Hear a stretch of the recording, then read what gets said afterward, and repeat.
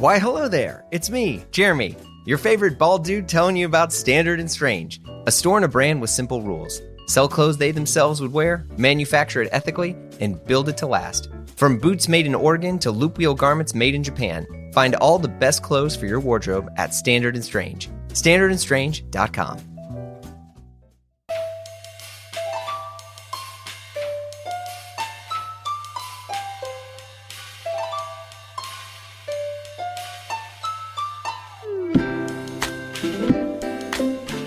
Hey folks, it's Jeremy Kirkland. You're listening to Blammo.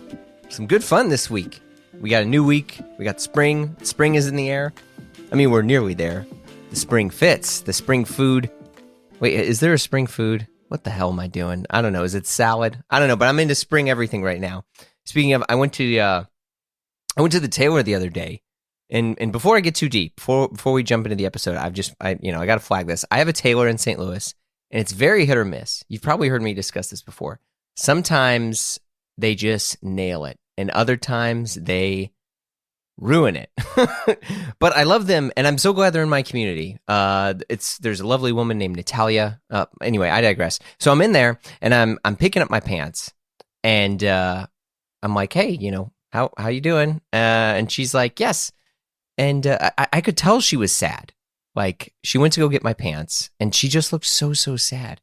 And I was like, oh, no. This is highly unusual for Natalia. I was like, oh, man. I was like, what's going on? And she hands me my pants. It just looked like she'd been crying. And I'm like, so I got my pants. I'm like, Natalia, what's happening? She's like, oh, my dog, Ali. And I was like, oh, no. And, she begins to tell me about her dog's cancer, but how he's united the family, how she adopted him, rehabilitated him. And, he did the same for their family. In the meantime, it was lovely. And I ended up standing there for like 10 minutes, just listening to her. And I'll tell you, like, as an aside, grief really bonds us all. Like, to just, when you stop and think about it, like, all of us, we really bond together over grief and over pain. But, I'm sitting there just hearing this. My heart was just broken with this, with her dog, Ali. And I was like, look, I didn't know what to say, but I was like, do you want a hug? Which, I guess we're past COVID. This is fine to do. So I gave her a big hug. And, and I reminded her of all the amazing memories she has, at least the ones that she told me. And, and I told her, I was like, look, I remember when I had to put my dog down, and it really worked for me. I think about my dog, Peggy, every day. And I'm so thankful for the memories that I had, even though she's not here anymore. And it's just like, damn, community, life is beautiful. Except for my fucking pants, because she just obliterated them. And, I get back into the car and I look at them and I'm like, damn it. Like, what am I supposed to do now? Like, turn around and be like, hey, sorry about Ali, but can you please fix this tire fire of fabric I have now instead of pants? I was so upset. I'm like, whatever. This is so annoying. I feel bad for C'est la vie, I suppose. Shout out to Ali. I hope Natalia never made you clothes, little homie. Enjoy the big bone in the sky and the serene heavenly music up there. And yes, I do believe dogs are in heaven, so don't at me about it. Speaking of heavenly music, whole other note, my guest this week is record producer Gordon Raphael. Gordon is best known for producing The Strokes, the Libertines, and countless other bands that have shaped modern American music. I mean, just modern music in general. Jeez Louise. But we discuss his recently released memoir, The World is Going to Love This, Up from the Basement with the Strokes, what the term producer means today, what albums to listen to with headphones. I'm into that right now. Hot takes from recording at Abbey Road. Quite surprising. Not vibing with Harry Styles, and the current state of music. Let's go.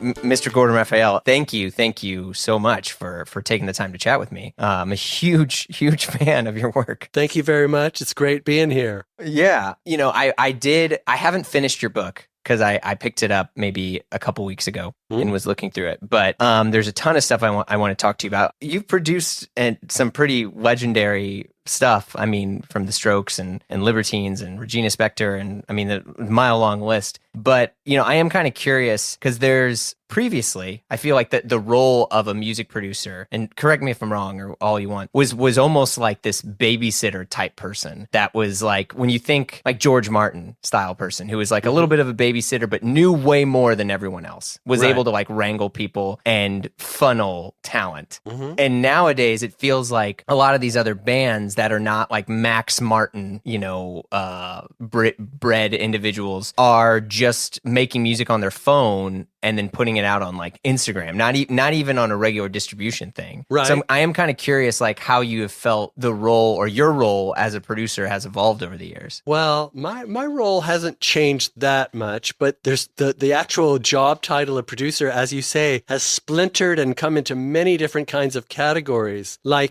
even in hip hop, the guy who's called the producer is the guy who might have written half the song or all the song except for the vocals. Yeah, it's true. It's a wide job.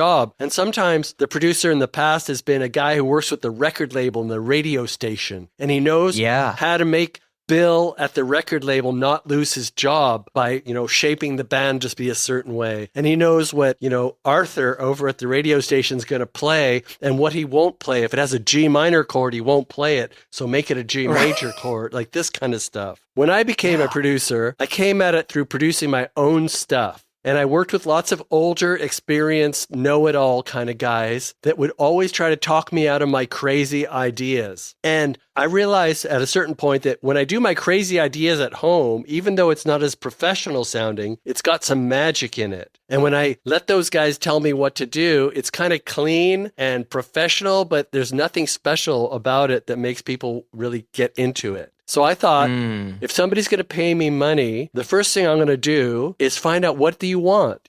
What are you interested in here? And I tend to find that the people, at least that I work with, are extremely smart and they have billions of ideas. They've actually been practicing this music and writing it with each other for months and months. So they have opinions on about what it should sound like, how fast it should be, whether the solo's too long, whether it needs a fade out. They have a lot of ideas. So I let them show me their ideas first, and then maybe I'll have an extra idea to lay on top, or if I want to discuss something with them, I can. It's just an interesting way of working, more like respecting the musicians, like giving them credit for knowing what the hell they're doing. And, in the old days, a label might pay millions of dollars and the band comes to the studio knowing they full well have 3 years of time at this luxurious ranch in California. And they didn't write they didn't write any songs. And one guy's going through a nasty divorce and two of them are always at the bar and they never seem to show up. And maybe after 8 months of studio time, they'll start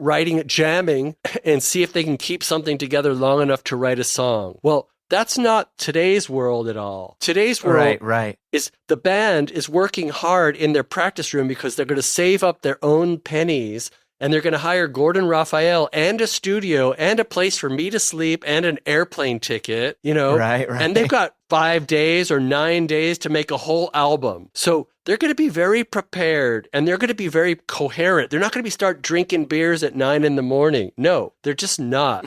They might start drinking beers after the sessions are over or after the last day of the session, but they all know, God damn it, our life depends on this. We have our money riding on it and nobody's going to take care of us if we have to go over. So it's a very much more focused participatory event than it used to be in the babysitting days of yore. Yeah, and there's a bit more like ownership in terms of their music because it feels like nowadays bands will pay for all of their own stuff and then license their album, and the masters to the label versus being more or less owned by the label and the label, like fronting all that stuff for them. Like, do you think that ever interferes with the art in terms of sometimes being so prepared, maybe you miss energy that's happening in the room, or is it? I'm curious. I think it was more dangerous to the art when the A&R guy would get everybody together and say, "You could include this song on the album, but I have word from above that you'll be dropped if you do. But you can make your own decision."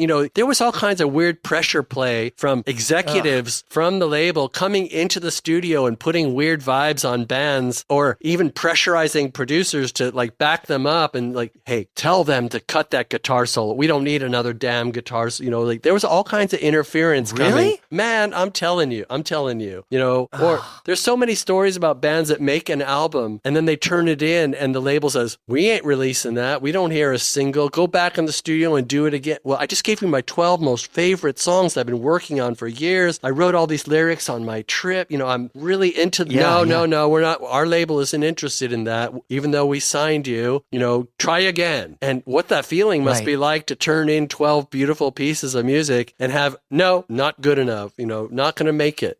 We're not putting that out. Do you end up becoming like de facto counselor? Because I mean, obviously in your book where you talk about recording the Strokes, you were kind of like, I don't know, the sixth band member or something, but like there was a lot of, you were much more involved than say like what someone may view as someone just like pushing faders. Right.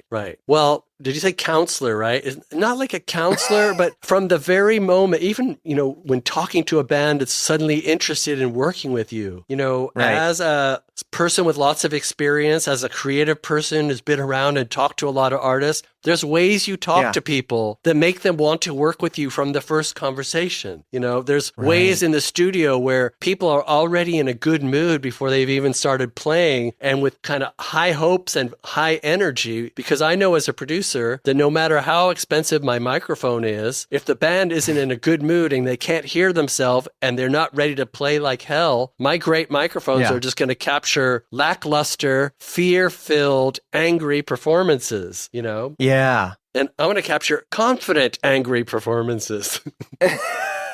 Yeah, because I would say a lot of your music has a specific energy in it. Yeah. And I don't know if everything is recorded in a room, like I remember I had heard, because like to go back to the specific sort of era there to where, like Strokes and Kings of Leon, say like Kings of Leon, they had Youth and Young Manhood, and that was a great record. No one really got it. They had to go over to the UK to get big to come back over here. And then they did Aha Shake Heartbreak. And I think that was Ethan Johns, maybe. It was Glenn Johns' son. Mm-hmm. And the big thing that threw everyone off initially in terms of some of the sonic aspects of it was that it was recorded together, like in a room, versus, and I'll say this for listeners, versus like some stuff where it's like, okay, go record the drums and play the drums. Okay, all right, leave. Now you come in and play the guitar. And there was just, so there's an energy in there. And when I heard that, I was like, oh my God. And I went and re-listened to Is This It? And, and even some of the, in looking back now at like Libertines and Room on Fire and stuff like that, like it feels like there's just this energy of a live show in there. Right. I'm just curious, like how you kind of go about that capturing the performance. Well, there's a lot of information in my book about the philosophy and how history changes the philosophy. By the end of the 90s, when computers were there and productions could get bigger than ever, everyone was carefully, scientifically recording everything because it was more important how the samples of the kick drum and the 808 kick drum would fit together with the drummer than how the drummer was talking to the guitar player. And they were always thinking about the technical sounds. And for me, I realized that bands play better when they're in the same room, looking at each other, just like a practice, just like a show, just like hearing things with their ears and their bodies instead of headphones. All that stuff just kind of hit me around the time I was working with the Strokes. They said, they gave me a directive. They said, the first time I ever met them in the studio, they said, hey, you know what everybody else is doing in New York? And I go, yeah. They said, that's what we don't want to do. I go, oh, okay. That gave me a great idea. What everybody's not doing, just go out and play your song. I have 8 microphone capability in my studio. I'll record your band with 8 microphones, and that will be a new sound because that's not what's happening right now. Yeah. I mean, it's to kind of go back to some of the album stuff now. I know Strokes were Rough Trade on XUS. I don't remember what that was. Maybe Sony in the US. But like when that was turned in and it's done, what did and I know you've discussed this in some of this stuff in the book. So I mean, humor me for but like what was that friction like? Well, they were unsigned in the US when we started the album. Things were buzzing. They were already buzzing in the UK through Rough Trade, and there was rumors of bidding wars, and there's all kinds of buzz buzz happening in the US. So they knew and I knew it wouldn't be long till they're signed. And they went out with lots of record companies for dinners and chats. And every day they'd come in the studio saying how awful these people were and how boring they were and everything. They made big show of how disdained they felt towards these record company executives. Well, one day they said, we signed to RCA. I think they're going to be the best for us. Oh, it's RCA. Yeah. Yeah. And basically, long story short, but there's lots of funny words about it in the book. The guy who signed them to RCA came to my studio and listened to what we were creating and took the boys aside without me knowing about it and said, here's a list of the best producers in the world. If you would get rid of this clown over here, Gordon Raphael, I'll increase your budget. I will do everything I can, and you can use any of these big record producers. And he just thought the sound I made, he said it was very unprofessional, immature. I had no idea what I was doing. And the best part, he said I was ruining the chances of the band to have a career. My fist was clenched overhearing you say that. How did you handle that? What did that do to your ego? I mean, obviously you won, but... Yeah, but I mean, it was like in the moment that I heard this, I was scared. I was disappointed. I was sad. Like, oh my God, they're taking this away. I could be maybe famous, or maybe we're going to be, I thought I was going to ride with them on this great adventure. Yeah. And now this guy is standing in my way. And on one level, I felt a little bit of confidence because everything I was doing was in conjunction with the band's ideas. I never showed them a sound and said, this is what we're doing. I said, is this the sound you want for your vocal? And Julian said, I love that. That's great. Do you want the drums this loud, Fab? Yeah, that sounds really good. Even though it's not as loud as Led Zeppelin, we're kind of doing something different here. So I was actually with them checking every button, fader, move. They were interested. All of them were interested. So I thought, if they're going to go around me, if the label is going to replace me, they're going to have to actually deal with the band because it's their ideas as well that I'm executing here. Yeah. I mean, just kind of enduring. I mean, obviously you won, and I think it's one of the greatest records. I mean, Room on Fire and Is This It to me are aspects of my life. And they mean so much to me. Hearing the friction that and the energy in the room, the words escape me to try to capture the emotion I'm trying to convey, is something that has really caused me lately, and I've talked about this in previous podcasts, to now start to re-listen to records from start to finish. I have this little DAC converter so I could listen to stuff on 24-bit and sit in that chair behind me with headphones and listen to albums start to finish in the highest bit rate that's available to me and just process it. And it's made me more emotional, more more in touch with reality and myself in a weird way. And it's been one of the most healing things that's ever happened in my life is just having a deeper relationship with music versus what and I'm not above or better than anyone, but it's not a passive, oh, here's a song and I'm going to listen to it on shitty 96K, whatever, some sort of junk on AirPods. Right. And so I'm so enraptured and in love with the energy that you've created that captures and lives in perpetuity. It's so incredible to me to where, and this is something I'd love to talk to you about too. I always make a joke that for me, it feels like the 1970s were one of the best eras for recorded music because their technology wasn't that available. The fact that Dark Side of the Moon was done on 16 tracks is just, it does not compute. When you think of all that stuff. So one of the question I'm asking from this rant is, do you feel that the progression of technology and unlimited tracks and quantizing and all that stuff, do you feel that's hindered art or created a whole new art? I'm going to go back to what you were talking about because you hit on some really big core values. Okay. The first one is quality of sound, how you hear music. It's hard to form certain kinds of relationships with music coming through laptop speakers or phone speakers. One of the best things you can do with that relationship is get excited about how many other friends across the world are listening to it at the same time. It sounds like this, but look how all those zeros. This is really exciting music. Okay. Then there's a guy like me. I have a little 3-story house in a valley surrounded by mountains. I have a stereo system in each floor with a record player, and I have various I think I have 6 sets of speakers in my house, some of which are really incredible. And I listen to vinyl and CDs all the time. If I'm not working, I'm just listening to music. I listen when I go to sleep. I listen when I wake up. And I've been that way my whole life. Now, there's something that happens when a certain sensitive type of person hears great music in a really cool way. You start thinking a lot of thoughts about the power of music, songwriting, people playing together, instruments. And I think that no matter what the technology is, that everybody who's doing something incredible has this experience of taking music to heart and of like really thinking it's important, it's incredible, it's one of the best things we could spend our time doing is like working on scales and putting songs together and singing and playing shows. There's a kind of person, and it doesn't matter what technology they're using, a synthesizer or a grand piano, a bunch of samples on a laptop. It's just how is their relationship to music and how are they translating that and expressing it to the crowd, to the world, okay? And I just want to say one more thing along with... please, have you heard this album called In a Silent Way by Miles Davis on your headphone journey yet? I don't, to be honest, I listen to Miles Davis a bunch younger, but never like full bit rate. Yeah, I don't listen to Miles Davis. I don't listen to jazz, but that record, I noticed a long time ago that if you listen to it on decent speakers, you can hear things that are just uncanny. It's a room with instruments in it. And whoever recorded that, I forget his name, I think it's Tal something or other. Like the way it's recorded, it's one of the greatest sounding records I've ever heard. And whenever I test speakers, I put that on because in the right situation, you can just hear things into the air that are remarkable and magic. Okay? Oh, wow. Okay. Yeah, I'll definitely have to add that on there. I remember I used to test speakers by listening to Lindsey Buckingham's Don't Look Down.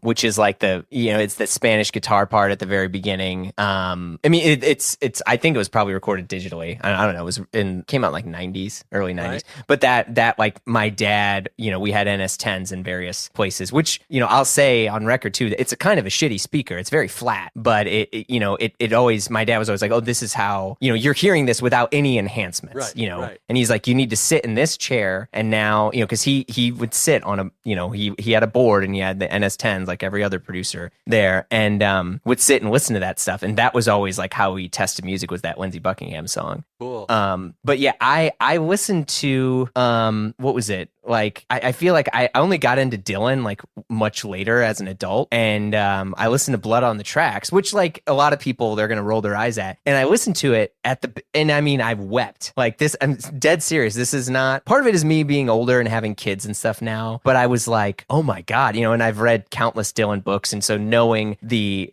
fact that it's this breakup record and like Jacob Dylan, hates listening to it because it was like the separation of his life, but the love that like Dylan has. And I mean, it's insane. And I was just like, this is no different than reading like the Iliad and the Odyssey, where there's just this pure expression of, sonic emotion. It's really moved me a ton. I didn't find that album until my adult life as well. And when I heard it, it just like, it knocked me out. It made me like a giant Dylan fan just to make that record. It's a monumental record. Do you have any, out of curiosity, do you have any albums that you stan and love that people overlook?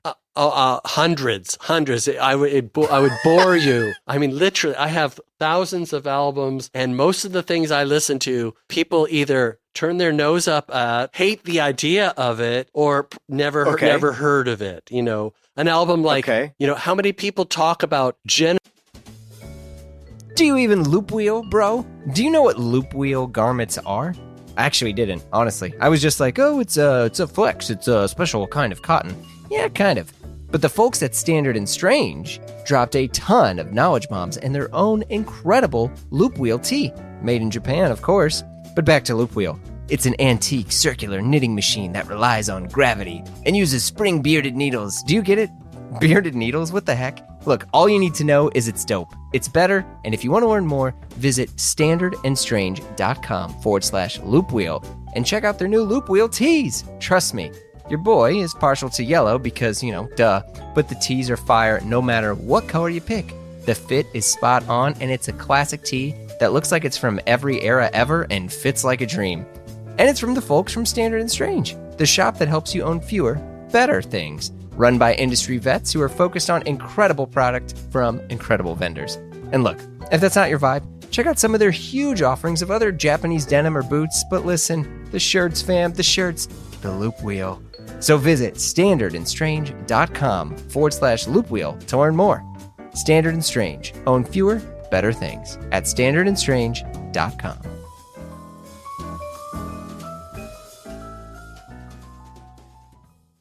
Lamb Lies Down on Broadway these days. You know, how many people chat about it? You know, that one of the greatest human artistic achievement, not only record, the story, the lyrics, the concept, just the attitude and the vision in that record, let alone the production, the playing, the sounds, the songwriting. Yeah. It doesn't get better than that. Oh man, Genesis. I never would have pegged you pulling out a Genesis reference. I mean, that is the ultimate for, I think, like any serious music guys, you revert to Phil Collins and all those guys, they kind of hated each other. That was a really particularly tough album for them. And then Peter Gabriel, their singer, left right after it. But it was very interesting that they wrote it in the same house, in the same room that Led Zeppelin recorded their fourth album in Wales. I didn't know that till recently. They were in that same studio, this little house that they rented in Wales. You know, Led Zeppelin did Stairway to Heaven and that whole album there. And then Genesis wrote the music, you know, to that album there, and seems perfect to me. Do you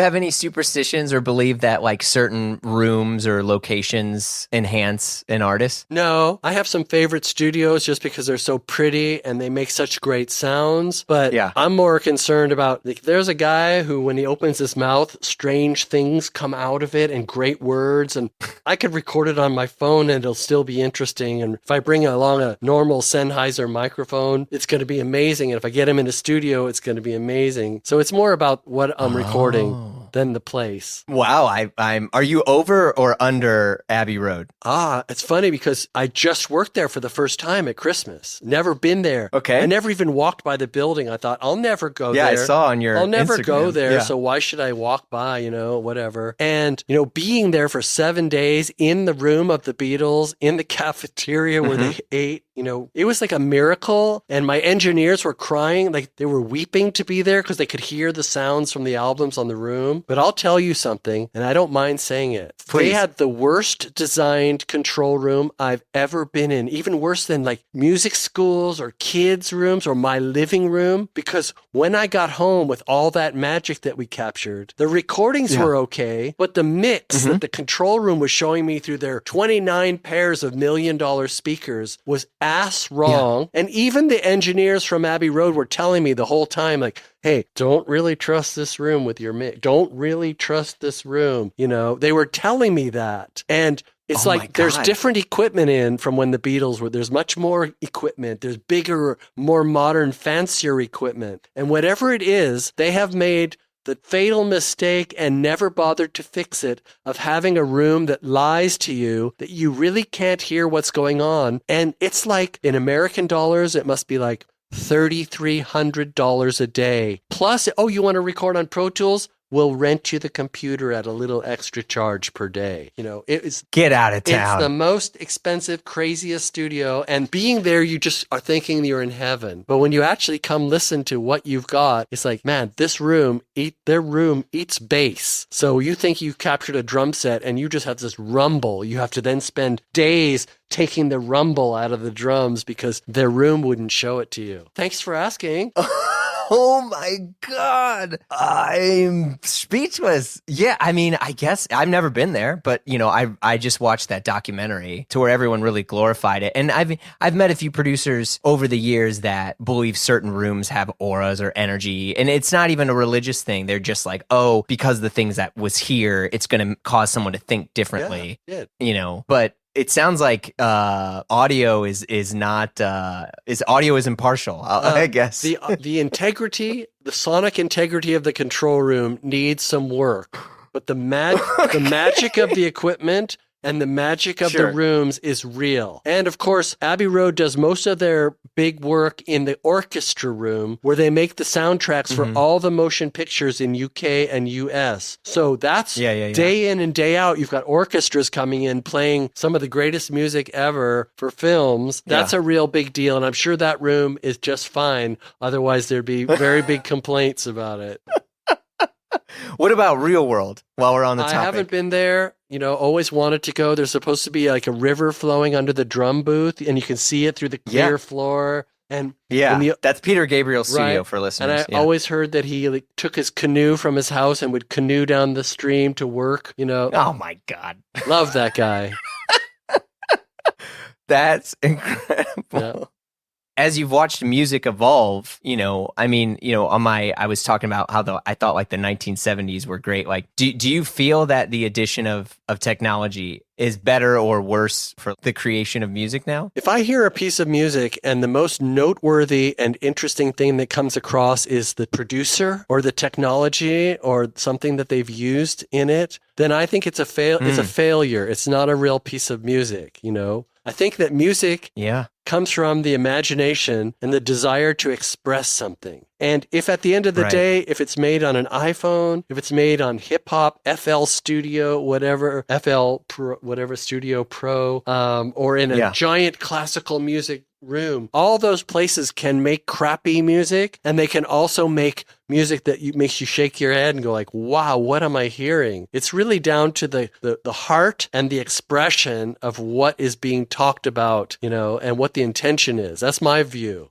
I hear so much music that is highly produced and it's just what I call vapid. There's nothing there. It's just some recycling sounds and some lyrics you've heard from hundreds of people have used those same words in their songs. And there's no reason to do that, because every day you have conversations with people using new words to describe situations that you're in. You don't have to copy someone else's down to their words. Yeah. What's the most recent thing that you've heard that you weren't involved in that you really love? There's 2 artists I came across. It was 5 years ago. 3. Okay. Lil Peep, XXXTentacion, and Absol. Yeah. Those 3 artists, I've heard many, many songs from each of them that have made me go like, wow, there are so many creative things being done in music, and there's so new sounds that I'm a producer. I've been working my whole life in music, but when I hear those songs, I don't know what they're doing. I don't know how they do it, but I really, really like it. Wow. Yeah, I would not have pegged that, because I imagine there's so many, you're a producer who obviously is a producer, but also to many people, their career is trying to capture what you did. Where people will listen to recordings you've done and really try to analyze them. How does that sit with you? Like, are you enjoying that, or do you feel that's like someone should make their own way? I haven't heard too much music that emulates, like, let's say, Is This It or Room on Fire, that I think is compelling at all. I think the same person that would settle for a sound that's already there is already in a mediocre creative mindset. It'd be one thing if they pop in a reference in the middle of a song, and even that, it's going to be hard. It's going to be really hard. There's 3 things. The Strokes' early music, for me, it had an element of chaos, okay? It had also an element of incredible precision, and it had like these awesome players, like Nick Valenci playing guitar solos, Julian's voice, incredible guitar his solo. Voice and his lyrics, okay? So when you're going to show me a production, people are afraid of chaos. They're big producers in big studios on budgets. They're not going to say like, I got an idea. In this section, just go crazy, really push it. Nobody wants you to push it. They want you to like kind of play it so that it could go on the radio, play it so that we have a chance to sell a few more copies. It's all kind of tamed down. Okay, on that element. On the precision end, very few musicians are going to want to work to practice hard enough to be so completely tight as like the Strokes were, even when they were 22 years old. The amount of military precision they had and how much rehearsal and effort they put. Not many people, including producers, I think, want to spend the time to achieve that natural precision. Okay? And then, the lyrics, who's going to write lyrics lyrics like that? Who's going to make a phrase? Everybody has kind of boring, really easy, everyday speech lyrics now. And the first couple albums of the Strokes did not have, like, what is he talking about? I have no idea, but I like it. Yeah, I mean, because the thing about some of the Libertines stuff too, I mean, that was extremely chaotic,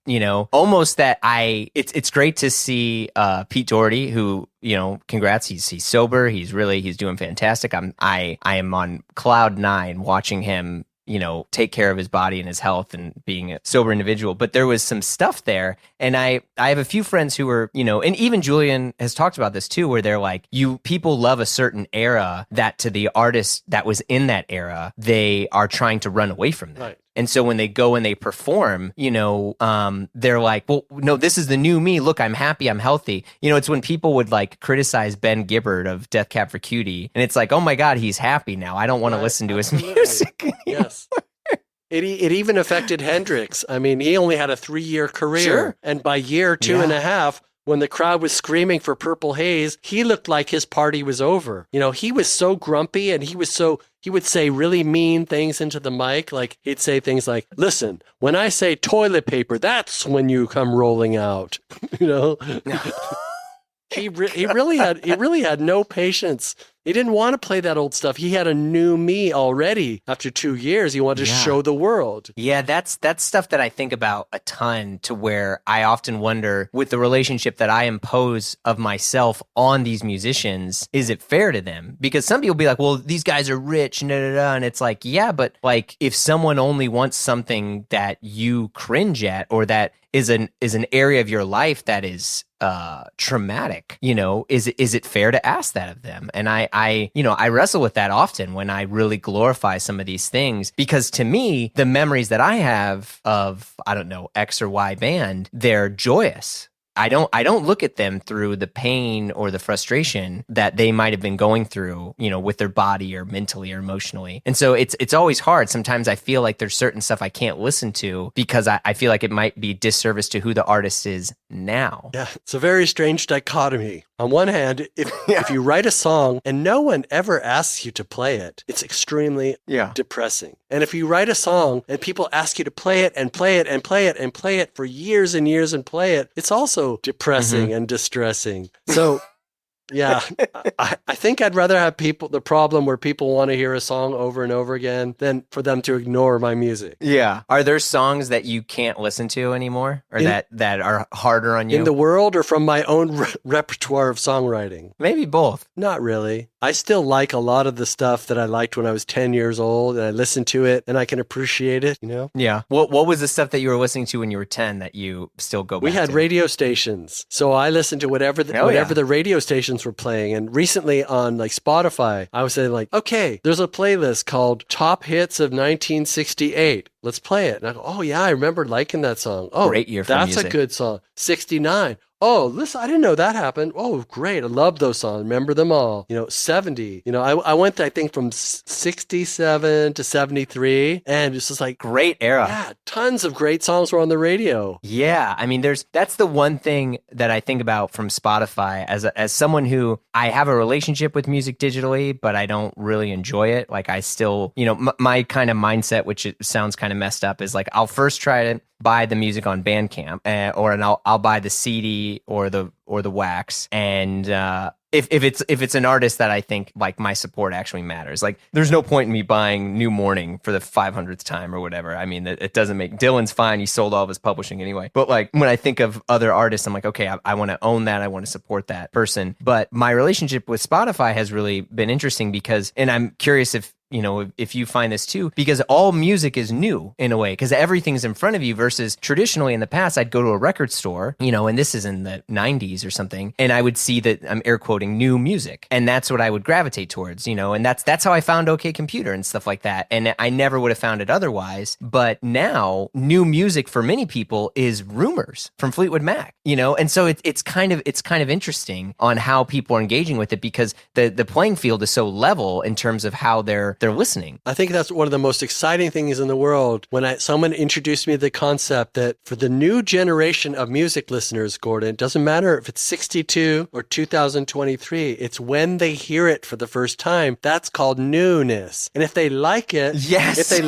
it's a new song that they like. Like that was so liberating because I thought, well, what am I going to do with these songs from 1980 that I wrote? Who's going to want to hear them when they find out it's from 1980? Well, actually, there's a chance that there's a bunch of people that, are younger than you'd even imagine, that when they hear that, they'll think, that is a crazy ass sound. What is that?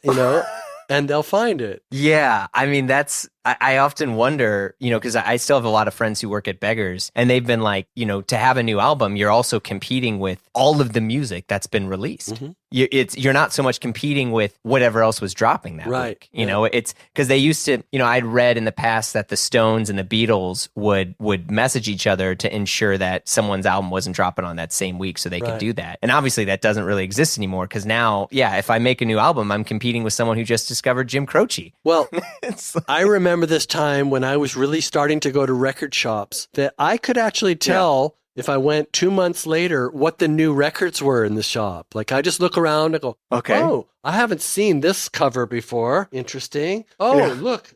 It felt great to know all the new releases that were coming into the record shop. That was really brilliant. And certainly, how could you even keep up? How could you even begin to make a dent on, 100,000 songs a day are going up or something like that? Yeah. I mean, and I kind of touched on this earlier. On one hand, I'm very excited because people can make music on their own. But I feel like I sound like such an asshole. I feel like it's a lot of work for me because, when I talk about like music from the 70s, like really only the stuff that was recorded was the stuff that was really, really good. Mm-hmm. Now it's like I feel, I sound elitist, but I feel like there's a lot of music that's released now that I don't find good. And so I have to like sort through the noise. Okay, I want to jump in with two strange concepts. One is that please. I'm very aware that in the 50s, 60s, and 70s, certainly the 80s, that there were mountains and mountains of horrifyingly bad music being created and produced and marketed all over the U.S. when I was growing up. I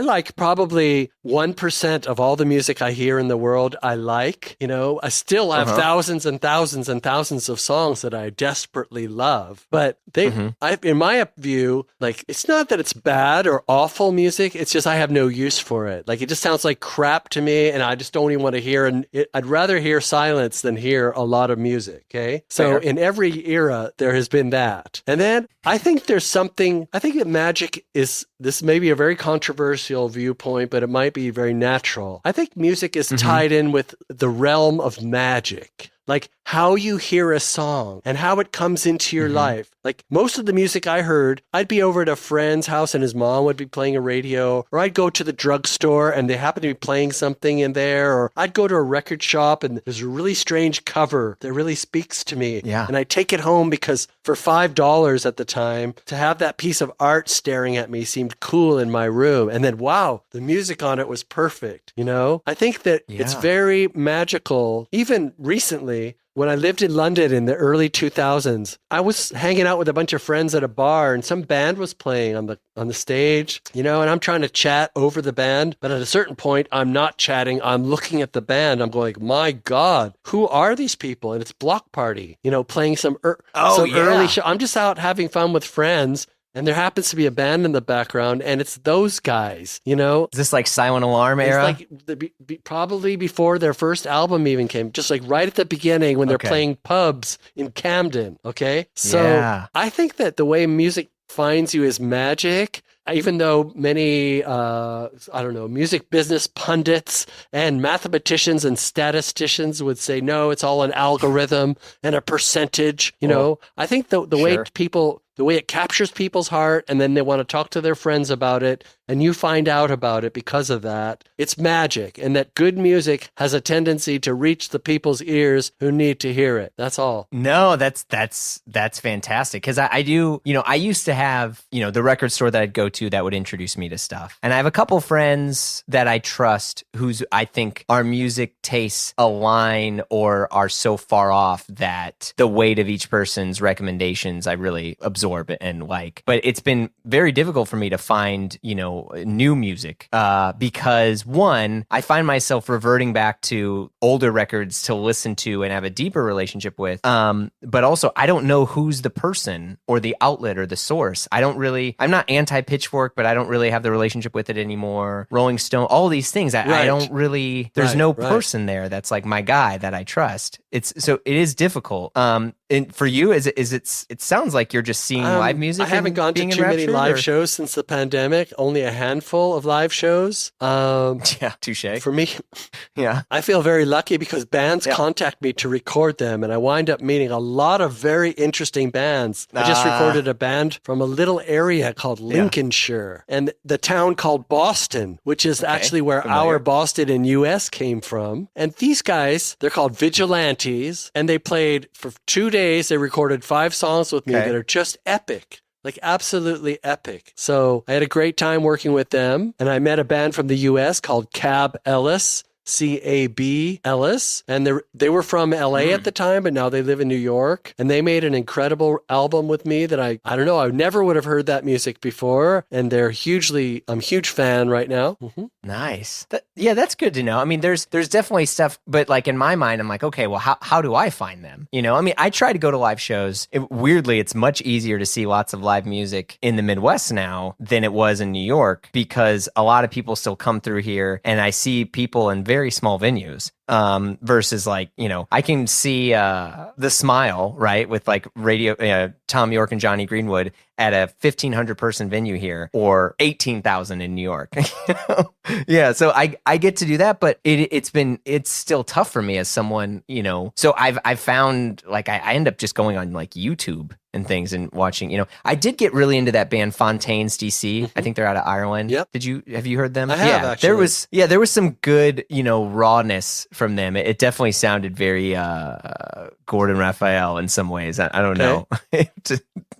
But yeah, there was like a good amount of like angst in their music that I really, you know, I liked a lot. But I read a lot of music press. You know, I'm on NME. I'm always reading articles or social media, this and that. So I'm always clicking a link and looking for bands, looking at what they're talking about. And unfortunately, really, 98% of the time I click and it looks so cool, and I just don't really dig the music. I just don't dig it, or it just sounds like, oh, there's that voice again, that same voice that everybody's using right now, whether it's female or male. There's a certain delivery. There's a certain way of talking that's, as I said, it's a matter of fact.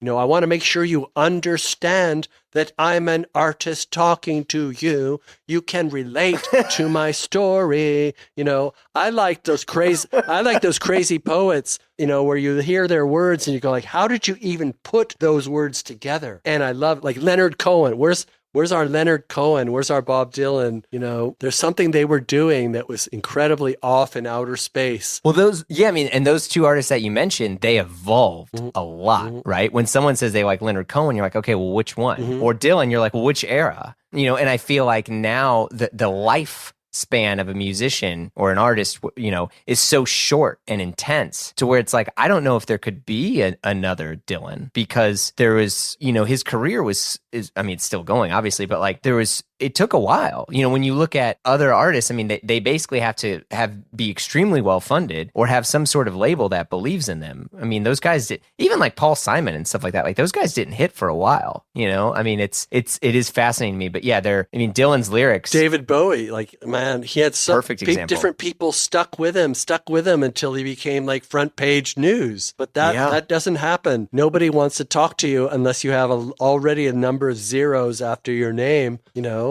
And people think, wow, it's so easy now to tell who's popular. You know, we don't have to risk it, you know, but it's a completely different way of looking at art. Yeah, I have a few friends that are still working in the industry, and one of them said that they spend all their time now looking for new artists on TikTok. Curious what your take is on that. Well, I always thought that all of the A&R at all the labels just have rooms of high school business graduates looking at TikTok for them, so they don't have to do that. They can look at that. They can do their Amazon ordering and look at their stock portfolio and have meetings with the boss to see how their tenure in the company is doing, while these guys who are actually trained in analysis of numbers are looking at numbers all day in little cubicles for $10 an hour. That's how they're going to find the next interesting music. So you were at Universal when? When was this? The other day? I'm there in my mind all the time having dialogues with them. Right, Yeah, okay. yeah. I think in the old days, some guy might just, I love this Bowie guy. Look at the way he dresses, and he's going to be great. Let's just try to do something for him. And then when I was living in New York in the late 90s, right around the Strokes time, there would be A&R guys from labels at Mercury Lounge seeing the showcase acts. But I noticed even then that most of the time they were looking at the other A&R guys to see if there were smiles on their faces rather than looking at the band that often. They were just like looking and seeing what they were interested in. And now they just don't have to go to gigs at all. They can look at numbers. That is a bit disheartening. I mean, I think it's funny. I remember, going to South by, and it was like whatever the big artist was at South by Southwest or CMJ, you're like, that's it, Like I remember sneaking into Arcade Fire at Mercury Lounge for CMJ, and it was an insane asylum in there. It was incredible. And I don't know, I think some of that though, maybe it was just my age. Like I was less jaded and more just like in wonder of everything I experienced, versus I don't know if I would have that same attitude if I tried to go, I might see a line and be like, I don't know, I don't want to deal with it. It's hard to keep the childlike wonder. Yeah. Especially if you've knocked on the backstage door before and you know the people back there. Yeah, that's true. Touché.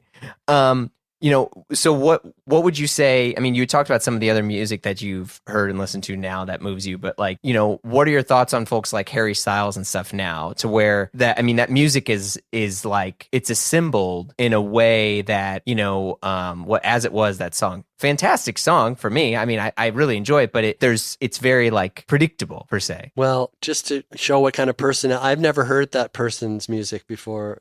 I've seen more than 2 billion news articles with his name in it, but nothing from the imagery or the news articles titles made me want to listen to music made by that human.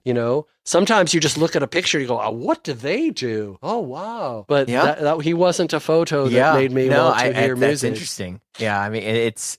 I feel like I ended up hearing it just because I had no choice. Like I'm at a gym or I'm at something and you just hear it, and it becomes like this earworm that's just stuck in your head, where it's like, and you're just like, it's like a ringtone. I don't know, but I still have lots of hope for new music. Me too. Yeah. Yes. Well, Gordon, I've taken up a lot of your time. I want to thank you very, very, very much for chatting with me and talking about this. I will definitely plug the book, The World is Going to Love This, Up from the Basement with the Strokes. Thank you so much. I'll see you. Great to meet you, Gordon. You've been listening to Blammo. Our show is produced by Blammo Media. We're edited by Amar Lowell, and our theme music, as always, by the mysterious Breakmaster Cylinder. If you like what you heard, you know the drill. Share the pod with a friend, leave a review on Apple Podcasts, do all the deals, the things that you do when you like things. Follow us on Instagram for all the hot content, and if you want to talk to us and give us your hot take, we'd love to hear from you. Leave us a message, we'll put it in a future episode, or email us at info@blammopod.com. If you want to hang out with us and join the Blam Fam, you can visit patreon.com/Blammo, where we have tons of exclusive episodes, exclusive shows, from the Triple J Show to Blammo Presents Derek Guy, and last but not least, the core, the amazing Slack community. All right, folks, we'll see you soon.